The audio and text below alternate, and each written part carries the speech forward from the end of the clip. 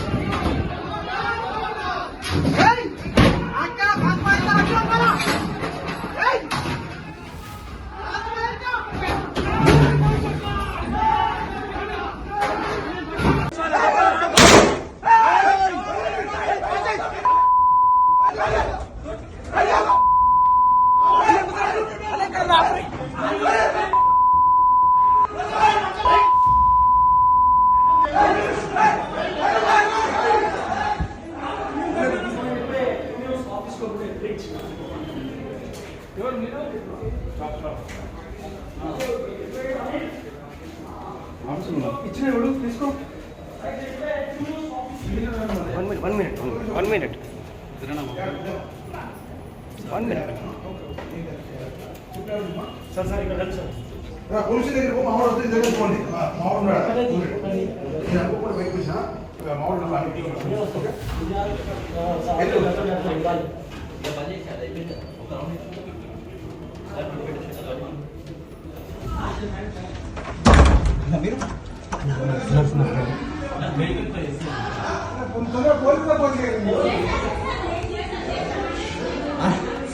అలా ఇల్లు కొట్టు దోలాడుకోరా సెల్లు నువ్వు కొట్టువా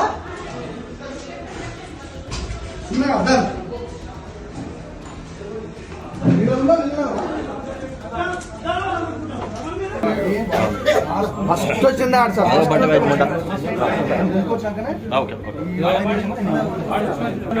ఫస్ట్ అటాక్ అయింది.